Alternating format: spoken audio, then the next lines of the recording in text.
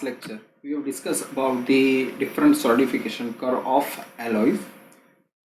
In the solidification curve of different alloys में हमने देखा था कि two metal completely soluble in the liquid state as well as solid state. Also the eutectic system. In the eutectic system there is two types. One is alloy soluble at a liquid state but insoluble in solid state. Second eutectic system is alloy soluble at liquid state but partially soluble in solid state. Then after the another system is paritectic system. Then after eutectoid system and last one is paritectoid system. तो ये सारे solidification curve of alloy हमने last lecture में discuss कर लिए थे. अब जो सबसे इम्पोर्टेंट जो टॉपिक जो है वो है आयन एंड आयन कार्बाइड या FeC और Fe3C फेज डायग्राम. ये जो फेज डायग्राम है सबसे इम्पोर्टेंट डायग्राम है for engineering student because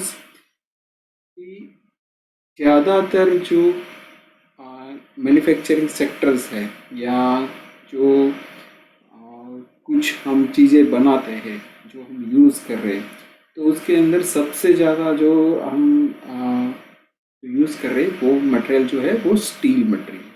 okay, और स्टील के भी काफ़ी सारे टाइप्स हैं और वैसे ही कास्ट आयरन मटेरियल है तो कास्ट आयरन के भी काफ़ी सारे टाइप्स हैं. तो ये जो स्टील और कास्ट आयरन जो हमारे मैन्युफैक्चरिंग इंडस्ट्री में हम सबसे ज़्यादा यूज़ कर रहे हैं और काफ़ी सारे प्रोडक्ट जो है हम अपने सोसाइटी या यूज़ कर रहे हैं जैसे कि बाइक. तो बाइक के अंदर काफ़ी सारे ऐसे पार्ट्स हैं, एलिमेंट्स है जिसके अंदर स्टील का यूज़ होता है. काफ़ी सारे ऐसे मशीन है जिसके अंदर कास्ट आयरन का यूज़ होता है. काफ़ी सारे ऐसे वेसल्स है, कुछ रोड है तो कंस्ट्रक्शन सेक्टर में भी हम यूज़ कर रहे हैं. तो बेसिकली ये जो आयन और ion carbide phase diagram Fe3C phase diagram जो है तो सबसे इम्पोर्टेंट इसलिए है और इंजीनियरिंग जो भी स्टूडेंट हो उसके लिए इंजीनियरिंग मटेरियल में आयन कार्बाइड फेज डायग्राम सबसे इम्पोर्टेंट है. ओके, तो ये डायग्राम मैं आपको डिटेल में आपको समझाता हूँ. तो ion and ion carbide phase diagram को इक्विलिब्रियम डायग्राम भी बोलते हैं. तो बेसिकली आयन कार्बन जो डायग्राम है उसके अंदर जो ये वाई एक्सिस है ये वाई एक्सिस है जहाँ पे जनरली टेम्परेचर कंसिडर करते हैं और जो एक्स एक्सिस है जिसके अंदर कंपोजिशन यानी कार्बन परसेंटेज बाय वेट जो है वो कंसिडर करते हैं. ओके, तो बेसिकली टेम्परेचर वर्सेस कंपोजिशंस का ये डायग्राम है जो आयन कार्बन इक्विलिब्रियम डायग्राम के नाम से भी जाना जाता है.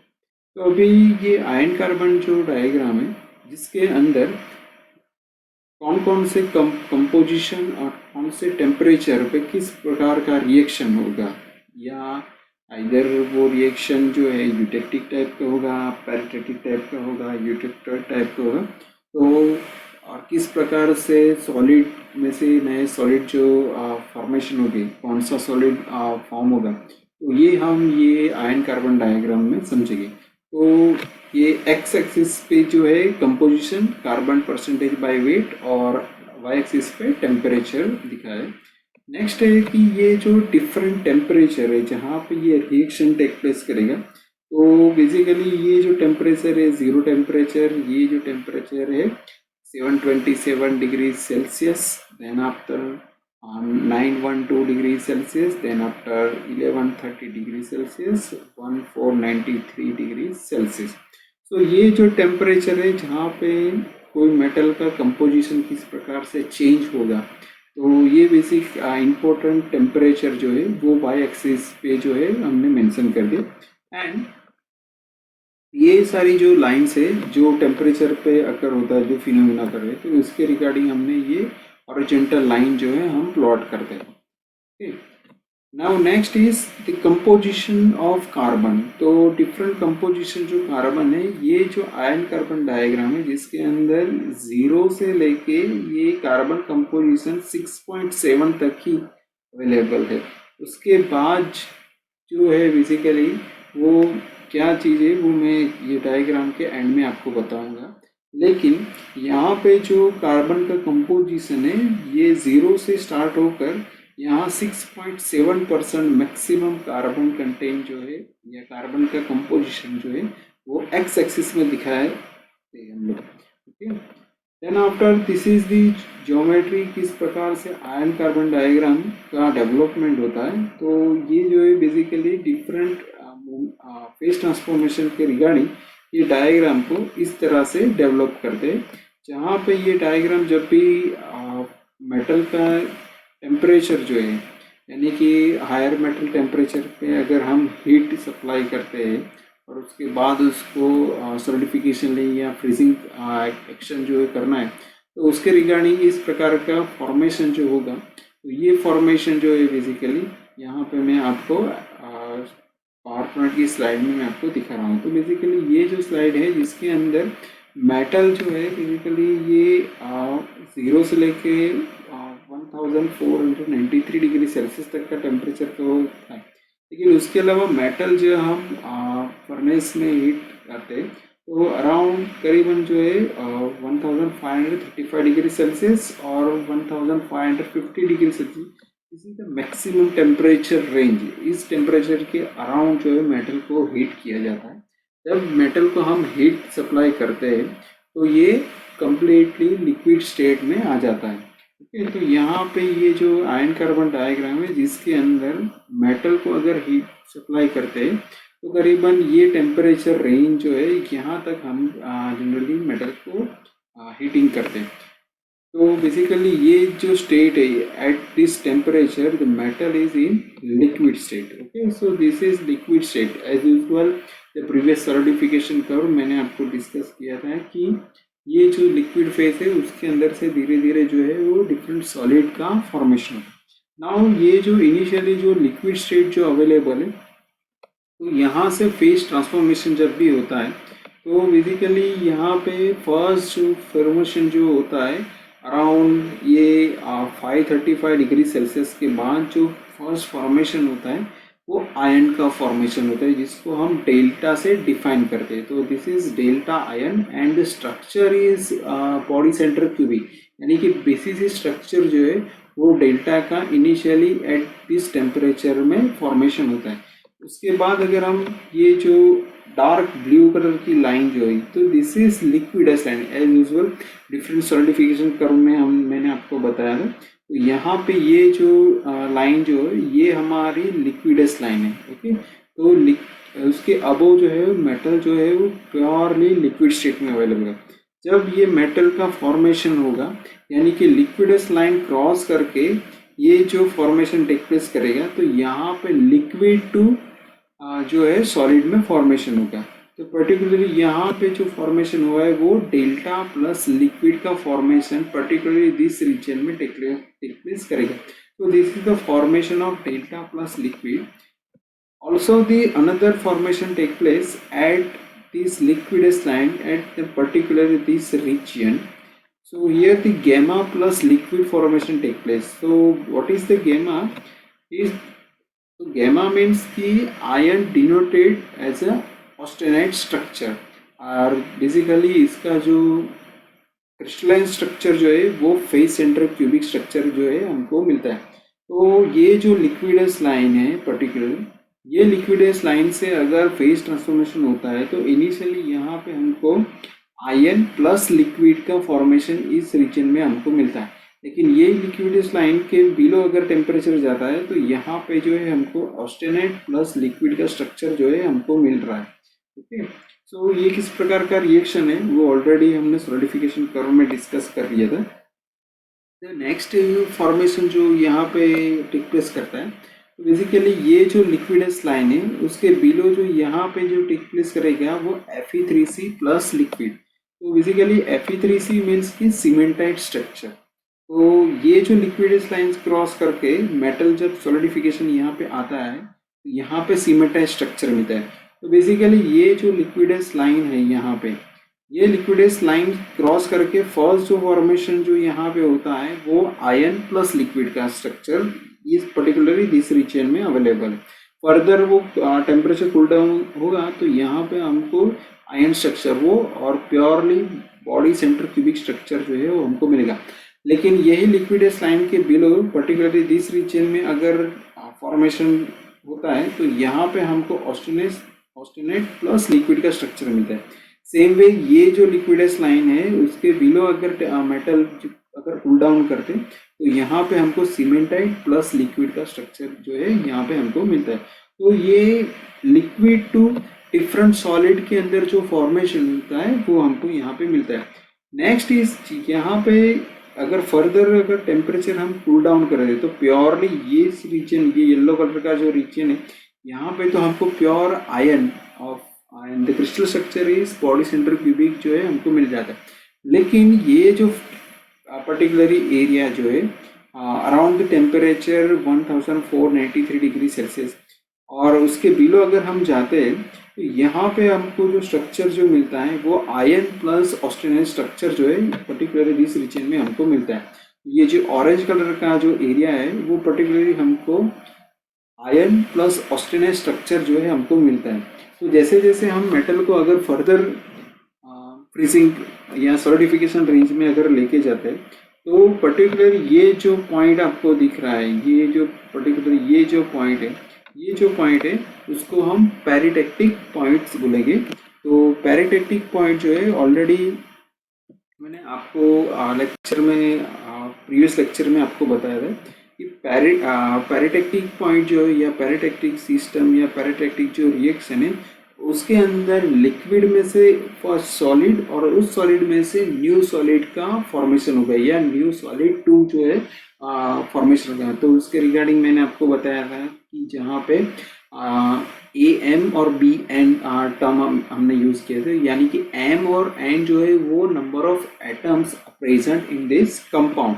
ओके, तो यहाँ पे जो फॉर्मेशन जो हो रहा है वो जो है हमारा पैरिटेटिक फॉर्मेशन जो है यहाँ पे होता है, यानी कि liquid, okay, liquid plus solid, यहाँ पे भी जो है लिक्विड प्लस सॉलिड जो है और उसके अंदर से नया जो सॉलिड का फॉर्मेशन होता है। ओके, तो दिस इज पैरिटेक्टिक रिएक्शन है। ओके, तो यहाँ पे जो नया जो सॉलिड जो फॉर्मेशन हो रहा है वो बेसिकली हमारा प्योर ऑस्टेनाइट स्ट्रक्चर जो है यहाँ पे फॉर्मेशन हो रहा है। तो बेसिकली ये जो रेड कलर की जो लाइन है ये जो है हमारे पैरिटेक्टिक रीजन की जो लाइन है, यानी कि ये जो हम क्रॉस करेंगे तो यहाँ पे हमको liquid plus solid plus new solid जो हमको मिलता है। तो बेसिकली वो जो न्यू सॉलिड जो मिल रहा है हमको ऑस्टेनाइट स्ट्रक्चर के रूप में हमको मिलता है और उसका जो क्रिस्टल स्ट्रक्चर जो है वो generally face centre cubic structure हमको मिलता है। Okay, so this is austenite structure. Okay, further अगर हम इसको अगर कूल डाउन करते हैं और फ्रीजिंग या सॉलिडिफिकेशन अगर प्रोसेस करते हैं तो पर्टिकुलरली ये जो रीजन है हमारा, ये रीजन पे हमको जो है ये अल्फा प्लस गैमा स्ट्रक्चर जो है हमको यहाँ पे ऑब्टेन होता है। तो ये डार्क ग्रीन कलर जो है यहाँ पे हमको अल्फा प्लस गैमा स्ट्रक्चर जो है हमको ऑब्टेन होता है, जहाँ पे टेम्परेचर जो है अगर जो इनिशियली टेम्परेचर उससे भी अगर हम कम कर दें तो ये फॉर्मेशन यहाँ पे मिलता है। तो बेसिकली यहाँ पे जो अल्फा जो है उसको हम फेराइट बोलते हैं आयन कार्बन डायग्राम में, और उसका जो स्ट्रक्चर जो है वो क्रिस्टल स्ट्रक्चर जो है वो बॉडी सेंटर क्यूबिक यानी कि पीसीसी स्ट्रक्चर जो है यहाँ पे फॉर्मेशन होगा। ओके, तो यहाँ से गेमा में से अगर फर्दर कूल डाउन करेंगे तो यहाँ पे हमको अल्फा प्लस गेमा स्ट्रक्चर जो है हमको मिलता है। अगर फर्दर और कूल डाउन करेंगे तो पर्टिकुलरली ये जो रीजन है ये रीजन के अंदर जो है हमको अनदर फेज ट्रांसफॉर्मेशन मिलेगा। तो ये पर्टिकुलरली जो एरिया है जहाँ पे हमको प्योर फेराइट स्ट्रक्चर जो है हमको मिलता है। तो this is the beauty of ion carbon diagram. जिस प्रकार से हम टेम्परेचर को अगर फर्दर कूल डाउन करेंगे तो यहाँ पे हमको डिफरेंट स्ट्रक्चर जो है हमको मिलते हैं।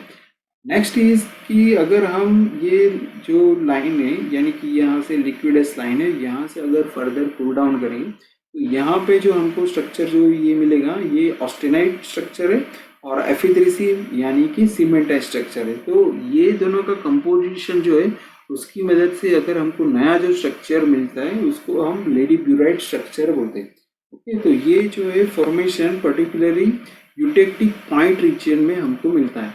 ओके, तो यूटेक्टिक पॉइंट जो है वो अभी मैंने प्रीवियस लेक्चर में आपको समझाया था कि यूटेक्टिक रिएक्शन क्या है। तो बेसिकली मैं फिर से दोहरा देता हूँ कि जहाँ पे लिक्विड जो है, ओके, लिक्विड जो है पर्टिकुलरली आपको डायग्राम में दिख रहा है, तो पर्टिकुलरली यहाँ पे मेटल जो है लिक्विड स्टेट में, और लिक्विड स्टेट में से अगर फॉर्मेशन करेंगे तो उसमें से दो नए सॉलिड जाए उसका फॉर्मेशन होगा। तो दो नए जो सॉलिड का फॉर्मेशन होता है इसको मैंने यूटेक्टिक मिक्सर यानी सॉलिड ए और सॉलिड बी मैंने आपको बताया। तो यहाँ पे सॉलिड ए अगर हम रिएक्शन के मुताबिक अगर कंसिडर करते हैं तो ये जो गेमा यानी कि ऑस्टेनाइट स्ट्रक्चर जो है वो हमको मिलता है, और दूसरा जो है यहाँ पे सीमेंटाइट स्ट्रक्चर जो है वो हमको मिलता है। तो ये जो है ऑस्टेनाइट प्लस सीमेंटाइट यानी कि लेडीब्यूराइट टाइप का एक स्ट्रक्चर कंबाइंड जो है, जिसके अंदर लेयर बाय लेयर जो है फॉर्मेशन हमको मिलता है। तो ये जो स्ट्रक्चर है वो हमारा लेडीब्यूराइट स्ट्रक्चर है, और लेडीब्यूराइट स्ट्रक्चर जो है पर्टिकुलरली हमको यूटेक्टिक रिएक्शन या यूटेक्टिक पॉइंट है उसके बाद ही हमको मिलता है।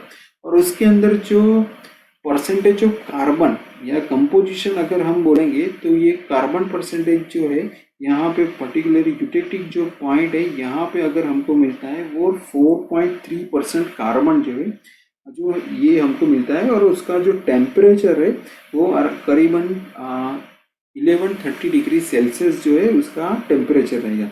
ओके, तो ये जो बेसिकली फॉर्मेशन जो यहाँ पे होता है वो यूटेक्टिक फॉर्मेशन यहाँ पे होता है।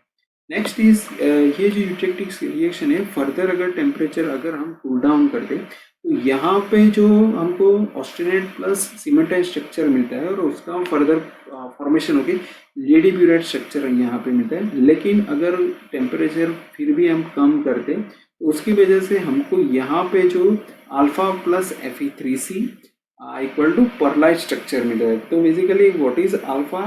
The alpha is ferrite structure, okay, and Fe3C means के सीमेंटाइट स्ट्रक्चर। सो यहाँ पे हमको जो स्ट्रक्चर मिलता है वो ferrite plus cementite, it will give pearlite structure. Okay, तो ये जो परलाइट जो स्ट्रक्चर है जिसके अंदर बेसिकली 87 करीबन 87% जो है वो हमारा फेराइट स्ट्रक्चर जो है वो अवेलेबल होता है अल्फा स्ट्रक्चर यानी, और 30% जो है हमारा सीमेंटाइट स्ट्रक्चर जो है बेसिकली कंटेन होता है। तो ये जो परलाइट स्ट्रक्चर है जिसके अंदर माइक्रोस्कोप के अंदर अगर हम ये स्ट्रक्चर को अगर ऑब्जर्व कर दे तो बेसिकली पर्ल लाइक जो पर्ल जो हम बोलते हैं तो उस प्रकार का हमको फॉर्मेशन दिख रहा है, इसकी वजह से उसको हम परलाइट स्ट्रक्चर जो है वो बोलते हैं। ओके, और ये जो फॉर्मेशन जो हमारा होता है वो पर्टिकुलरली यूटेक्टॉइड पॉइंट जो है वहाँ पे ये फॉर्मेशन होता है। तो ऑलरेडी जो प्रीवियसली मैंने यूटेक्टॉइड सिस्टम जो है सॉलिडिफिकेशन कर्व में आपको मैंने समझाया था, तो जिसके अंदर सॉलिड 1 जो है उसका फर्दर सॉलिडिफिकेशन होके दो नए सॉलिड का कंपोजिशन बनाते हैं, तो सॉलिड 2 एंड सॉलिड 3 का जो है फॉर्मेशन होता है। बेसिकली यहाँ पे अगर कंसिडर करते हैं तो आप देख सकते हैं कि इनिशियली जो सॉलिड जो है हमारे प्लांट्स जो है वो लेडीब्यूराइट है, उसका अगर फर्दर यानी लेडीब्यूराइट जो कंपोजिशन है वो जो है हमारा ऑस्टेनाइट प्लस सीमेंटाइट का स्ट्रक्चर है। लेकिन उसको अगर फर्दर कूल डाउन करते हैं तो यूटेक्टिक जो पॉइंट है यूटेक्टॉइड पॉइंट है, तो ये यूटेक्टॉइड पॉइंट जो है यहाँ से हम हमारा फॉर्मेशन जो होता है वो ferrite plus cementite, it will give the pearlite type structure. तो यहाँ पे हमको दो नए सॉलिड का फॉर्मेशन जो है हमको मिलता है, तो this is eutectoid point. Okay, तो ये इस प्रकार से पैराटेक्टिक पॉइंट और यूटेक्टिक पॉइंट और यूटेक्टॉइड पॉइंट, बेसिकली यहाँ पे जो यूटेक्टॉइड जो पॉइंट है उसके अंदर कार्बन का जो कंपोजिशन है वो करीबन 0.83 या 0.8 के करीबन रहता है, तो जिसकी वजह से ये फॉर्मेशन जो है वो कंसीडर करते हैं। और नेक्स्ट थिंग इज कि यहाँ पे जो इनिशियली ये जो रीजन है जहाँ से जीरो से ऑलमोस्ट जीरो से लेके 2.14% कार्बन का जो कंटेंट है वहाँ पे बेसिकली हमको डिफरेंट टाइप के स्टील का स्ट्रक्चर जो है वो हमको मिलता है। ओके, तो जिसके अंदर जो कार्बन परसेंटेज है वो 0 से लेके 2.14% कार्बन बाय वेट जो हमको होगा उसके अंदर हमको स्टील का फॉर्मेशन मिल जाएगा। लेकिन अगर 2.14% कार्बन टू 6.7% अगर कार्बन है तो ये रेंज के अंदर अगर हम जो मेटल हमको कूल डाउन करके मिलते हैं वो मेटल होगा हमारा कास्ट आयन। ओके, तो यहाँ पे आयन कार्बन डायग्राम के अंदर दो ऐसे मेटल जो है, ये मेटल की कैटेगरी जो है हमको ऑब्टेन होती है, जिसके अंदर फर्स्ट जो है वो हमारा स्टील स्ट्रक्चर है और सेकंड जो है वो हमारा कास्ट आयरन स्ट्रक्चर है। तो यहाँ पे ये जो दो मेटल्स है उसका सबसे ज़्यादा मैन्युफैक्चरिंग में यूज़ होते हैं और काफ़ी सारे प्रोडक्ट जो है वो हम स्टील और कास्ट आयरन के जो है हम बनाते हैं और हम यूज़ भी करते हैं। तो that's why ion carbon diagram जो है वो सबसे इम्पोर्टेंट डायग्राम। नेक्स्ट इज यहाँ पे ये जो पर्टिकुलरली ये जो रीजन यहाँ पे डेवलप होता है वो हमारा होता है हाइपोयूटेक्टिव। तो ऑलरेडी मैंने सॉलिडिफिकेशन कर्व में आपको बताया था कि जो भी पॉइंट है उसके लेफ्ट रीजन में जो भी फॉर्मेशन होगा उसको हाइपोयूटेक्टॉइड फॉर्मेशन बोलेंगे और उसके राइट साइड अगर फॉर्मेशन होता है तो उसको हम हाइपर यूटेक्टॉइड फॉर्मेशन बोलेंगे। सेम वे फॉर यहाँ पे जो है हमारा यूटेक्टिक मिक्सचर जो है डेवलप है तो उसके रिगार्डिंग अगर हम फॉर्मेशन देखेंगे तो लेफ्ट साइड का जो फॉर्मेशन होगा यहाँ यानी कि 2.14% कार्बन टू 4.3% कार्बन। ये जो लेफ्ट साइड का रीजन जो है यहाँ पे जो फॉर्मेशन होगा वो हमारा हाइपोयूटेक्टिक मिक्सर्स अवेलेबल होगा। और सेम वे हम 4.3% टू 6.7% जो कार्बन का कंपोजिशन है तो यहाँ पे हमको जो फॉर्मेशन मिलेगा वो हमारा हाइपर यूटेक्टिक मिक्सर जो है हमको मिलेगा। यानी कि स्टील जो है, स्टील के अंदर जो फॉर्मेशन होता है वो बेसिकली यूटेक्टॉइड टाइप का रिएक्शन टेक प्लेस करता है और जो कास्ट आयन है उसके अंदर बेसिकली यूटेक्टिक टाइप का रिएक्शन टेक प्लेस करता है। और यूटेक्टिव टाइप का जो ये रिएक्शन टेक प्लेस करता है उसके अंदर जो फर्स्ट हाइपो यूटेक्टॉइड स्टील जो है उसकी जो रेंज है करीबन 0 से लेके 0.83% कार्बन बाय वेट के अंदर हमको हाइपो यूटेक्टॉइड स्टील जो है वो मिलता है। लेकिन 0.83 से लेके कार्बन कंपोजिशन 2.14 तक यानी कि ये पर्टिकुलर ये रीजन के अंदर हमको हाइपर यूटेक्टॉइड स्टील मिलेगा। सेम वे अगर हम 2.14 से लेके 4.3 यानी कि यूटेक्टिक पॉइंट जो है हमारा, ये यूटेक्टिक पॉइंट जो है उसके अंदर हमको यहाँ पे हाइपर यूटेक्टिक कास्ट आयन मिलेगा। सेम वे 4.3 टू 6.7% जो है ये कार्बन परसेंट के अंदर हमको जो है हाइपर यूटेक्टिक कास्ट आयन जो है हमको मिलेगा। Okay, now the next is यहाँ पे जो ये पर्टिकुलरली ये ओ ए लाइन है, ये यानी कि ये पर्टिकुलरली वाई एक्सिस टाइप की जो हमारी जो ये लाइन है, ये जो लाइन है ओ ए लाइन, तो बेसिकली ये O A line represent the pure iron state. यानी कि ये आयन कार्बन डायग्राम है जिसके अंदर ये ओ ए लाइन जो है वो यहाँ पे हमको प्योर आयन का जो स्ट्रक्चर जो है वो हमको मिलता है। प्योर आयन यानी कि डेल्टा। ओके, और crystal structure is PCC structure हमको। सेम वे अगर हम इस तरफ देखेंगे लाइन बीसी जो है तो ये line BC represent purely cementite structure जो है यहाँ पे हमको मिलता है। तो आयन कार्बन डायग्राम है जिसके अंदर लेफ्ट साइड की जो एक्सिस है जहाँ पे हमने टेम्परेचर तो दोनों तरफ है, लेकिन लेफ्ट साइड की जो वर्टिकल जो लाइन वाई एक्सिस जो है जिसके अंदर हमको प्योरली आयन यानी कि डेल्टा स्टेट हमको मिलता है। और सेम वे जो राइट हैंड साइड की जो डायरेक्शन है लाइन बीसी जो है जहाँ पे हमको प्योरली सीमेंटाइड स्ट्रक्चर जो है हमको मिलता है। ओके, अब ये जो कार्बन परसेंटेज बाय वेट है यानी कि 0 से लेके 6.7 तक का जो कार्बन का जो परसेंट है उसके फर्दर अगर कंपोजिशन में हम कंसिडर कर दे तो वहाँ पे any extra carbon more than 6.7%, okay, particularly this region will float on the molten metal. तो यहाँ पे जो मेटल है इसके अंदर जो कार्बन जो है वो फ्लोटिंग रहता है, यानी ऑलमोस्ट वो लिक्विड स्टेट में रहते, वो प्योरली सॉलिडिफिकेशन या फ्रीजिंग रेंज में जाते नहीं। और ये जो 6.7% कार्बन है यहाँ पे हमको जो है प्योरली सीमेंटाइड स्ट्रक्चर जो है ये हमको मिल जाता है। तो इसकी वजह से इंजीनियरिंग एप्लीकेशन या इंजीनियरिंग मटेरियल की अगर हम स्टील और कास्ट आयरन ये दोनों की अगर हम बात करते हैं तो बेसिकली हमको ये कार्बन कंपोजिशन यानी कि 0 से लेके 6.7 तक के रेंज के अंदर ही हमको डिफरेंट टाइप के स्टील और कास्ट आयरन का फॉर्मेशन मिल जाता है। और बेसिकली काफ़ी सारे प्रोडक्ट जो है इसके अंदर हम ये मटेरियल जो है स्टील के मटेरियल या कास्ट आयरन के मटेरियल उसका हम यूज़ करते हैं। तो उसकी वजह से इंजीनियरिंग स्टडी के रिगार्डिंग ये जो आयन कार्बन डायग्राम है वो सबसे इम्पोर्टेंट यहाँ तक हमको है 6.7% कार्बन के रेंज में।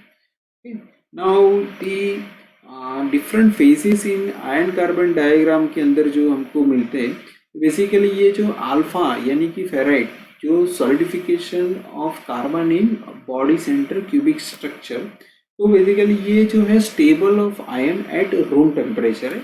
और transformation to face centre cubic structure at the temperature 912 degree Celsius it form the austenite structure. Okay, तो ये हमने प्रीवियस डायग्राम जो है उसके अंदर ही हमने देखा आयन कार्बन डायग्राम के।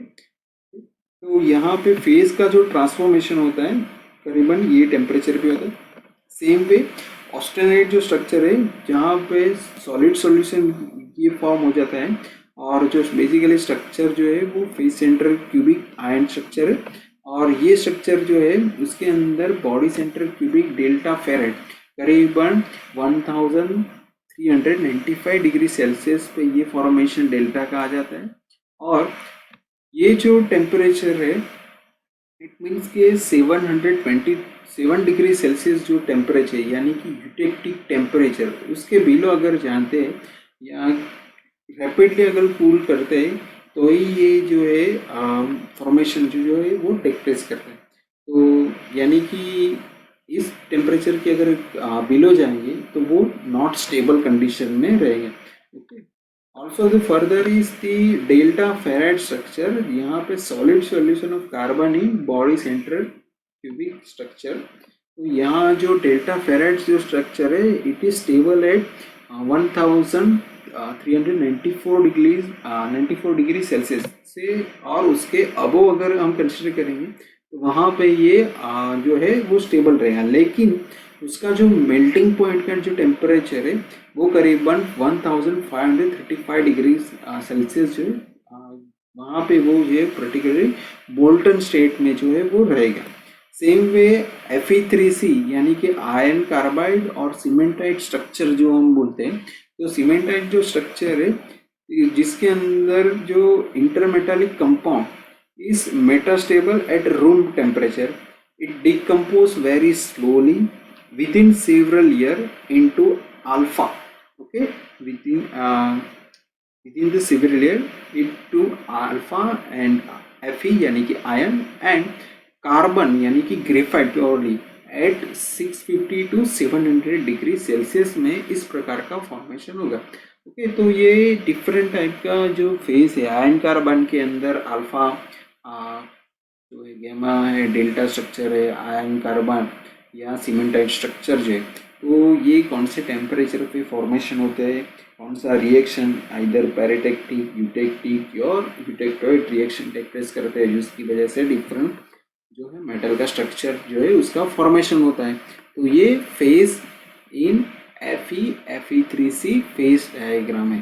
ओके, ये जो फेज रिएक्शन यानी कि पैरेटेक्टिक जो मिक्सचर जो है जहाँ पे मैंने आपको बताया था कि और सॉलिडिफिकेशन कर्व में भी आपको बताया कि जो पैरेटेक्टिक रिएक्शन रहेगा वो बेसिकली डेल्टा प्लस लिक्विड यानी कि मेटल को अगर स्लाइटली हीटिंग स्टेट में से कूलिंग स्टेट में लाते हैं तो यहाँ पे फॉर्मेशन जो होगा वो फर्स्ट फॉर्मेशन या न्यू सॉलिड जो हमको मिलेगा वो ऑस्टेनाइट स्ट्रक्चर मिलेगा।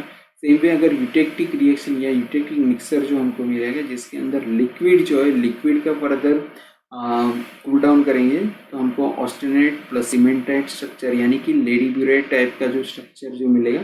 तो ये अगर आयन कार्बन डायग्राम में अगर आपको देखना है तो ऑलरेडी ऑस्टेनाइट और सीमेंटाइट जो स्ट्रक्चर है वो पर्टिकुलरली यूटेक्टिक पॉइंट यानी लिक्विड में से फेज ट्रांसफॉर्मेशन होकर किस प्रकार से मिलता है तो वो ऑलरेडी मैंने डायग्राम में आपको बता दिया है कि पर्टिकुलरली यूटेक्टिक टेम्परेचर क्या है, यूटेक्टिक पॉइंट कौन सा है और किस प्रकार से फेज का ट्रांसफॉर्मेशन।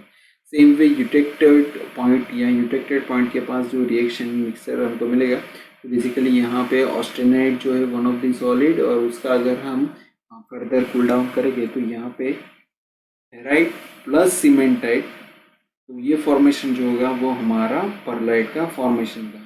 तो ये जो डिफरेंट यूटेक्टिक मिक्सचर है या यूटेक्टॉइड मिक्सचर है या पैराटैक्टिक मिक्सचर है, उसके अंदर अगर पैराटैक्टिक मिक्सचर है तो ये वो अगर आपको याद रखना है तो delta plus liquid it will give austenite. अगर यूटेक्टिक मिक्सचर है तो उसके अंदर लिक्विड का फर्दर जो फॉर्मेशन होगा जिसकी वजह से हमको ऑस्टेनाइट प्लस सीमेंटाइट लेडीब्यूरेट मिलेगा, यानी कि A plus C equal to L, यानी ACl जो है फॉर्मेशन यूटेक्टिक मिक्सचर में मिलेगा।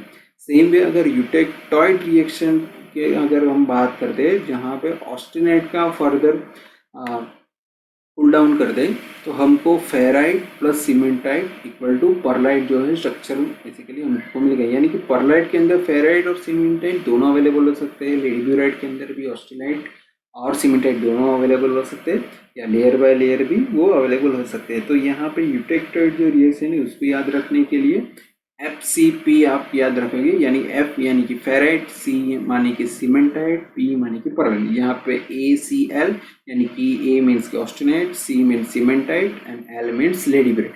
सो ये जो है phase reaction take place in iron and iron carbon phase diagram.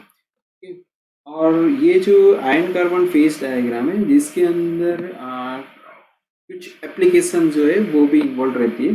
तो एप्लीकेशन ऑफ आयरन कार्बन हम देखेंगे तो it indicate the presence of important phase of steel and cast iron in relation to give temperature and the percentage of carbon during heating and cooling of the alloy। तो मैं आपको बता दिया कि हाइपोटेक्टेड point है जिसके अंदर आपको स्टील स्ट्रक्चर मिलेगा, हाइपो यूटेक्टेड और हाइपर यूटेक्टेड पॉइंट जहाँ पे हमको स्टील स्ट्रक्चर मिलेगा। सेम वे यूटेक्टिक पॉइंट है जहाँ पे हमको कास्ट आयरन स्ट्रक्चर मिलेगा, हाइपो यूटेक्टिक स्टील और हाइपो यूटेक्टिक कास्ट आयरन का रेंज है और हाइपर यूटेक्टिक का रीजन अवेलेबल है, तो वहाँ पे हमको कास्ट आयरन मिलेगा। तो वो ऑलरेडी मैंने डायग्राम में डिस्कस कर लिया। सेकंड जो है it is of interest to metallurgists or other for studying the microstructure of various carbon, steel and cast iron। तो बेसिकली जो एक्स एक्सिस है जहाँ पे percentage of carbon by weight जो हमने मेंशन किए, तो वहाँ पे जो बेसिकली डिफरेंट स्टेट जो एलॉय 1 है, एलॉय 2 है, एलॉय 3 या एलॉय 4 वो ऑलरेडी मैंने सॉलिडिफिकेशन कर्व में डिस्कस किए थे।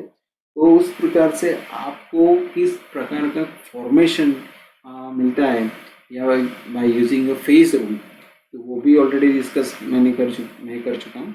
तो इसका यूटिलाइजेशन करके आपको पता चलेगा और किस प्रकार का माइक्रो स्ट्रक्चर जो है वो हम माइक्रोस्कोप में देख सकते हैं कि कितने कंपोजिशन के अंदर कार्बन परसेंटेज जो है वो इसके अंदर प्रेजेंट है, उसकी क्या इफेक्ट रहेगी।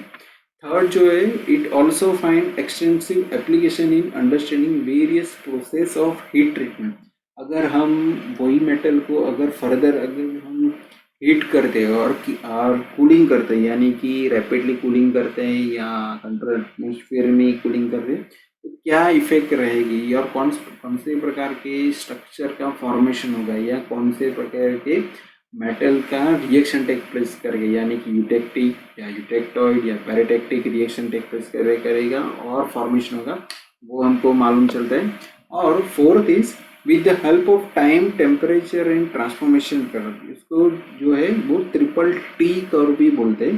तो ये जो ट्रिपल टी कर्व जो है जो बेसिकली आयरन कार्बन डायग्राम जो है उसके ही यूज़ करते हैं बेसिकली। तो यहाँ पे हमको मेटल का जब फॉर्मेशन करना है, यानी कि हीट ट्रीटमेंट प्रोसेस अगर हम करते हैं जिसकी वजह से डिफरेंट डिजायर जो स्ट्रक्चर ऑफ स्टील के मिलते हैं या कास्ट आयरन के हमको मिलते हैं, बेसिकली यहाँ पे जो स्टील के जो स्ट्रक्चर जो है वो कंट्रोल टाइम एंड टेम्परेचर अगर हम कंट्रोल करते हैं तो हमको डिफरेंट फेज ट्रांसफॉर्मेशन कौन कौन से होते हैं तो वो भी हमको इसीलिए ऑब्टेन यहाँ से या हमको पता चलता है। तो बेसिकली ये ट्रिपल टी टाइप के जो डायग्राम है, यानी कि टाइम, टेम्परेचर एंड ट्रांसफॉर्मेशन। तो कितना टाइम मेटल जो है वो सॉलिड 1 से लेके सॉलिड 2 में फॉर्मेशन होगा, या सॉलिड 1 और सॉलिड 2 प्रेजेंट है, उसके अंदर से फर्दर सॉलिड 3 का फॉर्मेशन किस प्रकार से होगा, कौन से टेम्परेचर पे रहेगा,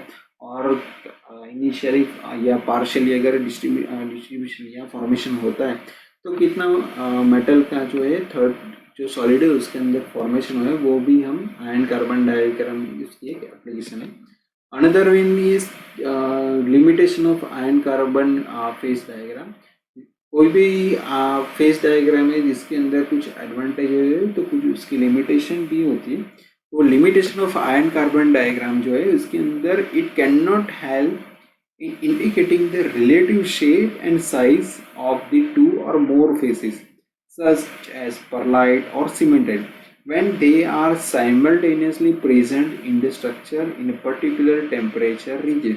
तो आयन कार्बन डायग्राम के अंदर जो परलाइट का फॉर्मेशन होता है या सीमेंटाइट का जो फॉर्मेशन होता है, तो उसके अंदर जो एटम जो है या मॉलिक्यूल अगर हम बोलेंगे तो जिसकी क्या कौन सी शेप रहेगी, या यानी कि लेमिनर मिरर लाइक स्ट्रक्चर या रोड लाइक स्ट्रक्चर, तो ये जो फॉर्मेशन है वो हम आइडेंटिफाई नहीं कर सकते।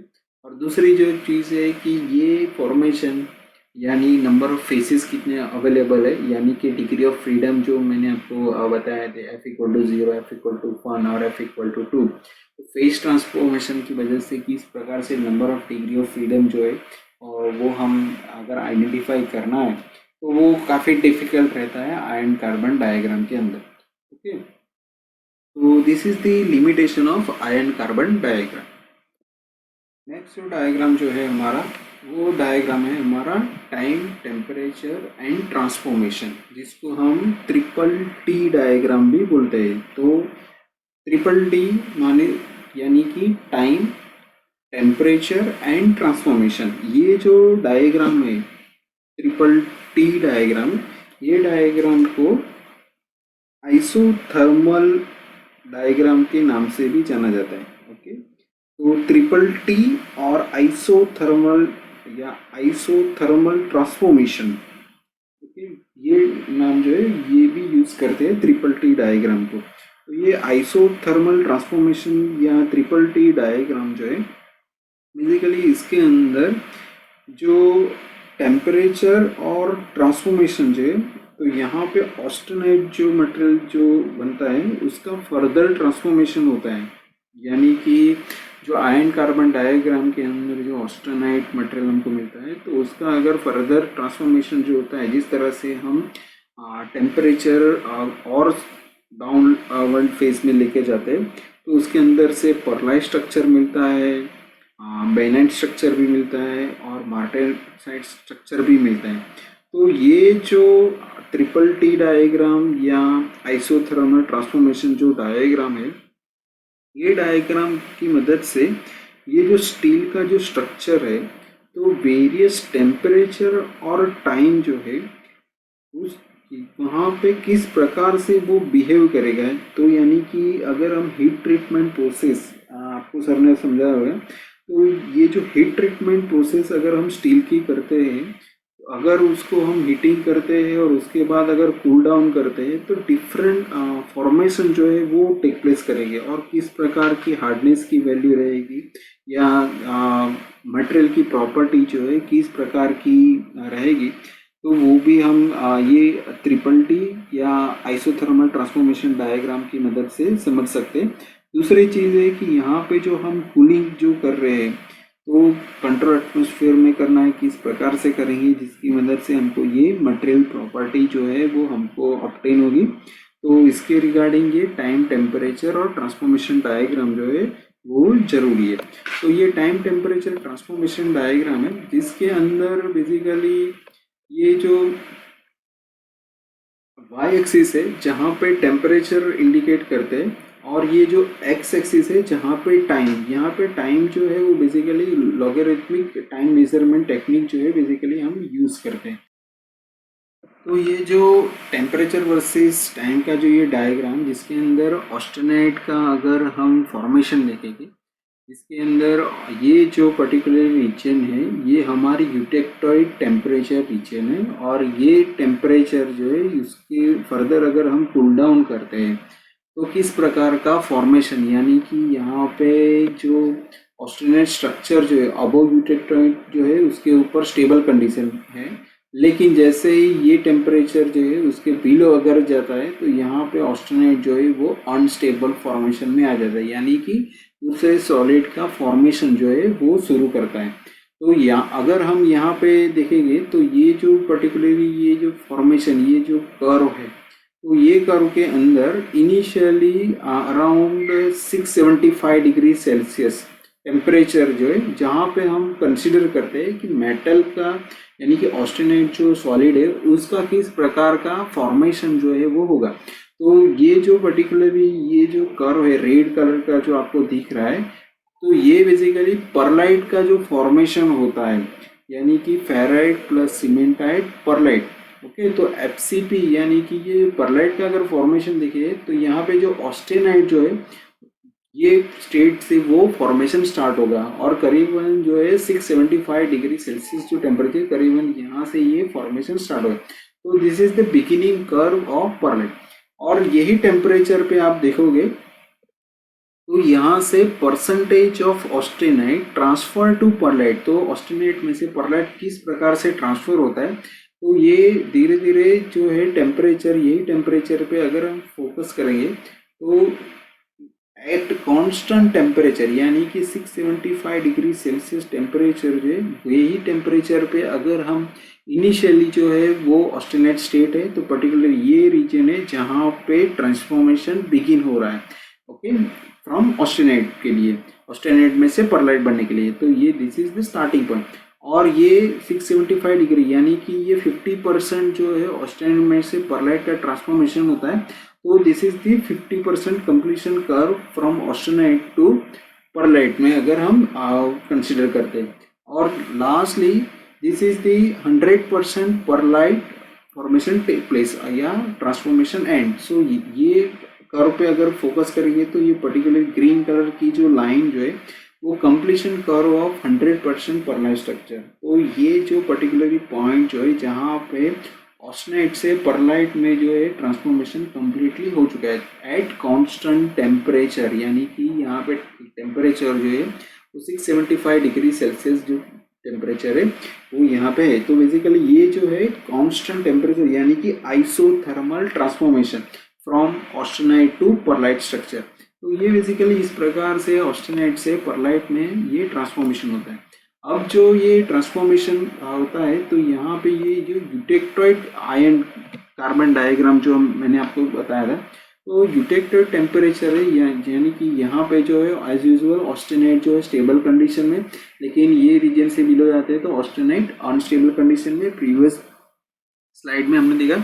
और ये जो पर्टिकुलर टेम्परेचर रेंज जो है, ये टेम्परेचर रेंज में किस प्रकार से ये ऑस्टेनाइट टू परलाइट का जो ट्रांसफॉर्मेशन जो प्रीवियस स्लाइड में हमने देखा, तो यहाँ पे इनिशियली जो ये जो फॉर्मेशन है वो ऑस्टेनाइट का है, और जो परलाइट का स्ट्रक्चर जो बनता है जिसके अंदर ferrite plus cementite it will give the pearlite structure. Okay, तो वो ऑलरेडी फेज ट्रांसफॉर्मेशन मैंने आपको प्रीवियस स्लाइड में समझाया था, FCP और ACL शॉर्ट फॉर्म में आपको याद रखने के लिए मैंने आपको समझाया था।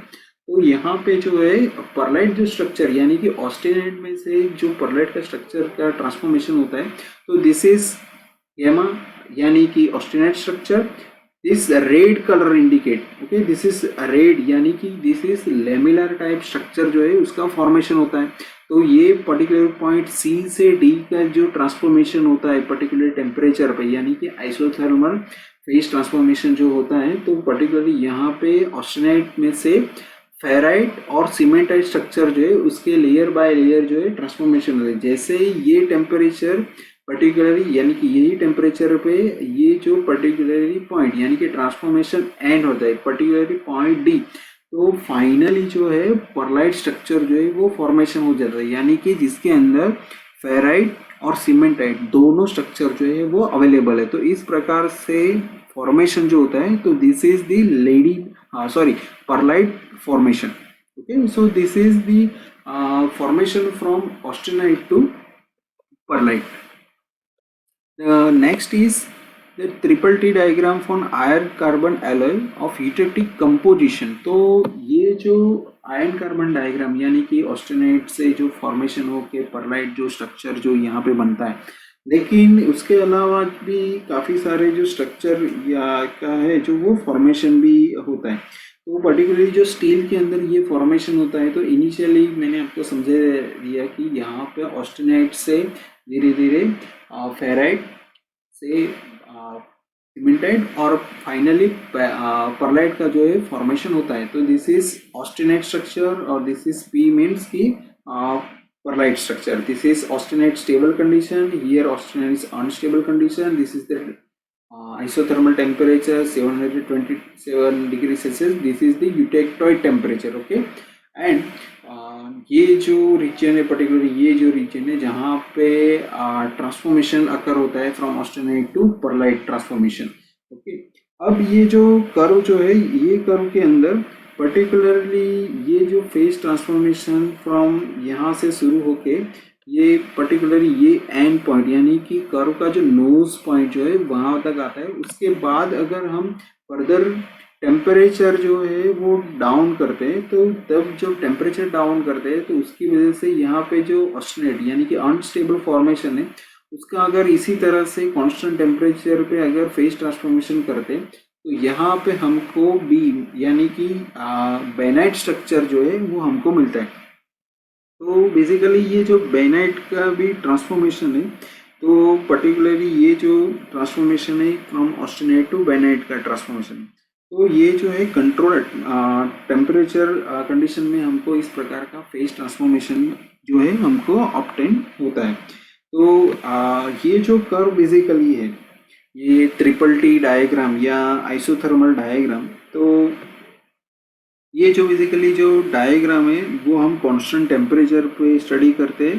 तो उसकी वजह से यहाँ पे जो शेप जो डायग्राम का जो मिलता है, आइदर ये इस प्रकार का सी शेप जो है वो मिलता है या एस शेप भी मिलता है. तो ये ट्रिपल टी डायग्राम या आइसोथर्मल ट्रांसफॉर्मेशन डायग्राम या सी कर्व या एस कर्व भी उसको बोलते हैं. ओके, तो this is the different name of triple T diagram. Okay, तो ये जो पर्टिकुलरली ये नोज रीजन या एस कर्व बोलते हैं या सी कर्व जो बोलते हैं, तो ये पर्टिकुलरली हाइपोयूटेक्टॉइड एंड हाइपोयूटेटेड स्टील जो फॉर्मेशन होता है उसके काफ़ी क्लोजर जो है वो रहता है. और जो टेम्परेचर एक्सिस जो है रहती है वो करीबन कांस्टेंट टेम्परेचर यानी कि आइसोथर्मल कंडीशन के अंदर ही ये फॉर्मेशन होता है.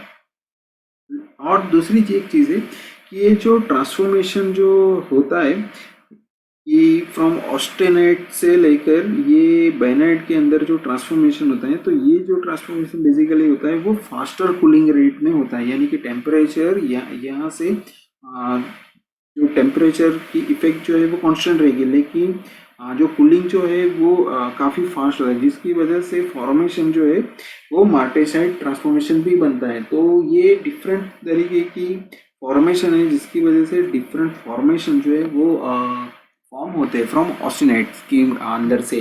तो कौन कौन से फॉर्मेशन जो है फ्रॉम ऑस्टेनाइट की मदद से किस प्रकार का हम कूलिंग इफेक्ट देंगे या फ्रीजिंग या सॉलिडिफिकेशन फॉर्मेशन देंगे. तो फर्स्ट जो मेटल का अगर हम स्ट्रक्चर देखें तो वो ऑस्टेनाइट स्ट्रक्चर यानी कि गामा स्ट्रक्चर का फॉर्मेशन, उसको अगर हम स्लो कूलिंग करते हैं या तो स्लो कूलिंग अगर करते हैं तो यहाँ पे हमको परलाइट स्ट्रक्चर जो है वो हमको मिलता है. तो वो डायग्राम में आपको मैंने बताया. तो बेसिकली स्लो कूलिंग की मदद अगर करते हैं तो स्लो कूलिंग की मदद से हमको परलाइट स्ट्रक्चर और प्रो डिटेक्टेड फेज जो है हमको जनरली यहाँ पे मिलते हैं.